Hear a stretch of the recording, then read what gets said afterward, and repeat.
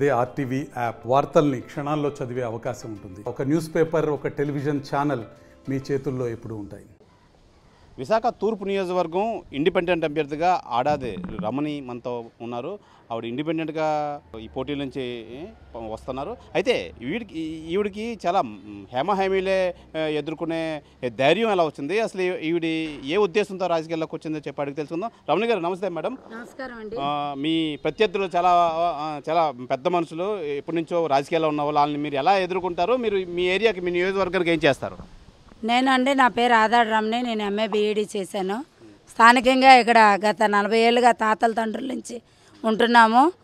ఇక్కడ ఉన్నటువంటి సమస్యలు స్ట్రీట్ లైట్లని, కాలువలని, మొత్తం ఒక జూనియర్ కాలేజీ కోసం, ఒక డిగ్రీ కాలేజీ కోసం, రైతు బజార్ కోసం, అలాగే మొన్న అటు వెళ్తే డంపింగ్ యార్డ్ కోసం, అక్కడ కూడా చాలామంది శ్వాసకోశ వ్యాధులతో ఇబ్బంది పడుతున్నారు. దానికోసమనే పోరాడదామని గత ఎన్నికల్లో మాట ఇచ్చారు ఇదే విషయాలపై, కానీ ఎటువంటి స్పందన లేదు. అవన్నీ మేము అడగాలి, ప్రశ్నించాలి అంటే అయితే పదవైనా ఉండాలి, లేకపోతే సెలబ్రిటీ అయినా అయ్యి ఉండాలి. ఇప్పటికిప్పుడు సెలబ్రిటీ అవ్వలేం కనుక నేను ఈ పదవిని ఎంచుకున్నానండి. ఇంకా హేమహేమీలకి మేము పోటీ కాదు, కానీ ప్రశ్నించడానికి ఒక అవకాశం కోసం నేను టెలిఫోన్ గుర్తు మీద ఇండిపెండెంట్ ఎమ్మెల్యే అభ్యర్థిగా నిలబడ్డానండి. ముందుకొచ్చాను ప్రజల ముందుకి. అందరూ దయచేసి టెలిఫోన్ గుర్తుకు ఓటేసి మమ్మల్ని గెలిపిస్తారని కోరుకుంటున్నాను. అమ్మా, ఇది మీకు మొదటిసారిగా మీరు ఈ పోటీలో పాల్గొంటున్నారా? ఇదివరకు ఏమైనా ఎక్స్పీరియన్స్ ఉందా?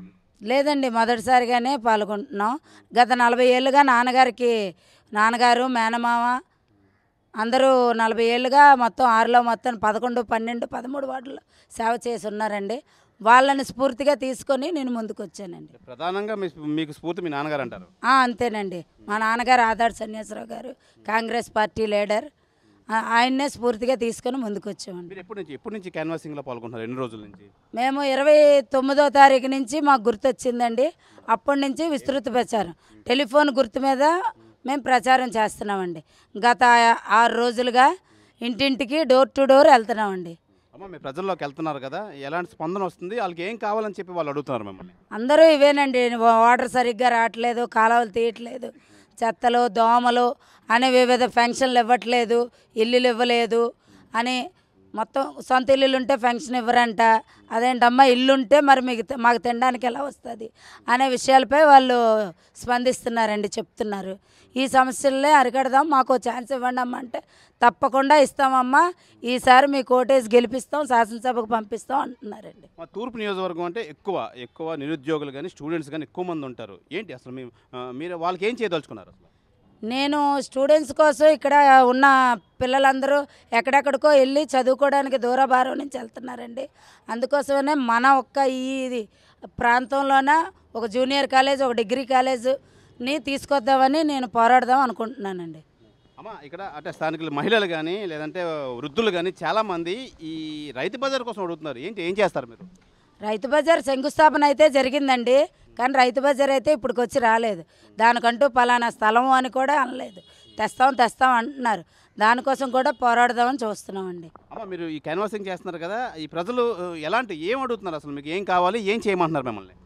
మొత్తం ఇంకా రైతు బజార్ అని, పిల్లల కోసమని, కాలువల కోసమని, ఇంకా వీధి లైట్లని, కొలాయిలని, ఫంక్షన్లని, మాకు ఇల్లు రాలేదు, ఓట్లు కూడా సరిగ్గా రాలేదటండి ఎవరికి.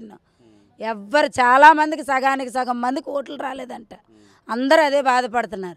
మీరు ఓటు వేయమని వస్తున్నారు, మాకు ఓట్లు ఇవ్వలేదు, ఎలా మేము ఓటేస్తాం అని అడుగుతున్నారండి. అదే ఈ సమస్య ఎలా పరిష్కరిస్తారు మీరు? అదేనండి, మరి మన టెలిఫోన్ గుర్తుకు ఓటేసి ముందుకు నడిపిస్తే మనం దీనికోసం పోరాడి నెక్స్ట్ ఎన్నికలకైనా ఇలాంటి సమస్యలు అంటూ రాకుండా చూద్దామని దానికోసం విస్తృతంగా ప్రయత్నిస్తున్నానండి.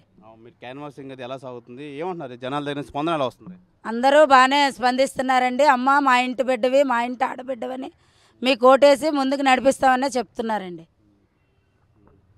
అయితే ప్రధానంగా మీరు అనేక సమస్యలు చూస్తున్నారు. ఎంతోమంది మహిళలను కలుస్తున్నారు, ఎంతోమంది ప్రజలను కలుస్తున్నారు. వీరందరినీ చూసి మీకే ఒక అంచనాకు వస్తుంది కదా, మీకు ఒక కొలిక్కి వచ్చారా ఏంటి, ఏమంటారు? నాకైతే 100% గెలుస్తాను అని నమ్మకం ఉందండి.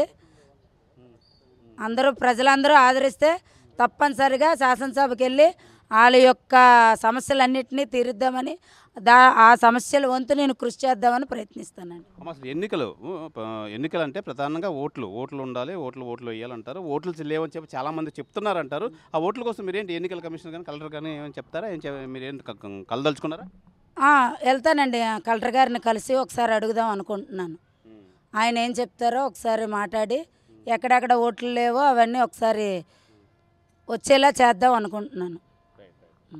ఇది ప్రధానంగా ఈ తూర్పు నియోజకవర్గం, విశాఖ తూర్పు నియోజకవర్గంలో ఇండిపెండెంట్గా పోటీ చేస్తున్న ఆడాది రమణ గారు టెలిఫోన్ గుర్తు మీద అయితే ఈవిడ పోటీ చేస్తున్నారు. ఇది కంపల్సరిగా ఒక మహిళ అయ్యి ఉండి, ఒక ఎడ్యుకేటెడ్ అయ్యి ఉండి నేను కంపల్సరిగా అందరికీ ప్రజలకు సేవ చేయాలని చెప్పి నేను రాజకీయాలు ఎంచుకున్నాను. తప్పకుండా నేను రాజకీయాల్లోకి వస్తాను, వచ్చి ప్రజలందరికీ ఏం కావాలని చెప్పి అవన్నీ ఈ తీర్చే ప్రక్రియలో అయితే నేను కంపల్సరిగా పోటీ చేస్తున్నాను. కంపల్సరిగా నన్ను గెలిపించి నాకు ప్రజలందరికీ సేవ చేసుకునే భాగ్యం అయితే కల్పించని చెప్పి ఆడాది రమణ అయితే తెలియజేస్తున్నారు. కెమెరామెన్ అజయ్తో శివరామకృష్ణ టీవీ విశాఖపట్నం నుంచి. మరిన్ని వీడియోస్ కోసం ఛానల్ ని సబ్స్క్రైబ్ చేయండి, లేటెస్ట్ అప్డేట్స్ కోసం వాట్సాప్ ఛానల్ ని ఫాలో చేయండి అండ్ లింక్ డిస్క్రిప్షన్ లో ఉంది.